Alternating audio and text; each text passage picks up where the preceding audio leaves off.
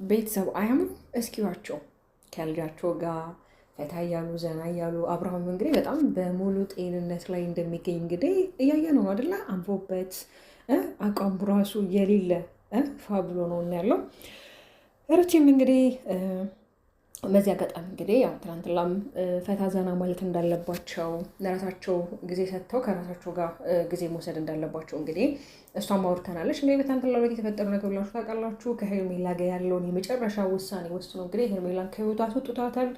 ግን ትናንትና በጣም ብዙ ሀሳቦችን እየተመለከትኩ ነበረ። አብርሃም ወዶና ፈቅዷለም ይሄን ነገር የያዘው ተይዞ ነው አይነት ነገር ነው። በተለይ እንግዲህ አቤላም የተናገረው ነገር አለ ዛሬ ተንበርከክ አድርገህላት ዛሬ ደግሞ ቆመ እንዳውለክላት ነገ ላይም ቀለበቱን መልሰህ ታወልቅላታለህ እያለ ነበር። በነገራችን ላይ ያንን ሀሳብ ለማንሳት አይደለም ዛሬ የመጣሁት፣ ግን በጣም ደስ ብሎኛል። አያምሩም? እስኪያቸው እንዴት እንደሚያምሩ እኔ መጨረሻችሁ ያሳምርላችሁ ነው ብሎና እንግዲህ ድምቀታችሁ ውበታችሁ እንዴት ጎልቶ እንደሚታይ ይመስለኛል። እንግዲህ ይሄ ፕሮግራም ምናልባት የሀይሚም የልደቷ ቀን ነበር ትናንትና። በዛ አጋጣሚ እዛ ፕሮግራም ተገኝተው የሚሆን አላውቅም፣ አምሮባቸዋል፣ ፏ ብሏል፣ ፈሽ ብሏል። የሌለ የመጨረሻ ነው ያማረባቸው ነው።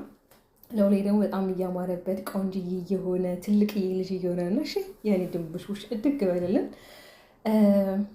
አንተም አድርገህ እንግዲህ ቤተሰቦችን የምታኮራ ቤተሰቦችን የምትጦር እያድርግህ። እናንተም ደግሞ ለልጃችሁ ጥሩ ነገር ለማስቀመጥ ሞክሩ።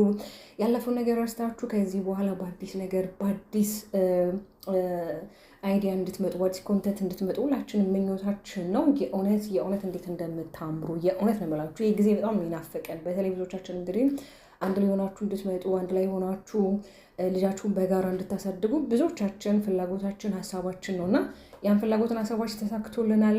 እውነት ለምናገር በጣም ደስ ብሎኛል። በድጋሚ ዛሬ ሩታን እንኳን ደስ ያለሽ ማለት እወዳለሁ። 300,000 ሰብስክራይብ ገብታለች። እንግዲህ 300,000 ቤተሰብ ስታፈራ እንግዲህ በጣም በቅርብ ጊዜ በአጭር ጊዜ በጣም ተወዳጅነት ያላት ተጽዕኖ ፈጣሪ የሆነች ልዕልት ናት።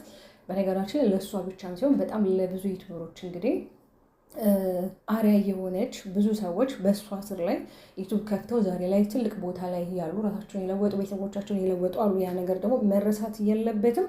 የኔ ተወዳጆች ላይክና ሼር ሰብስክራይብ እንዲሁም ሀሳባችሁን ኮሜንት ላይ ማስቀመጥ እንዳትረሱ። በጣም የምወዳችሁ ግን ላይክ እያደረጋችሁ አይደለም። እንደውም ላይክ ማታሩት ላይክ አድርጉ እሺ።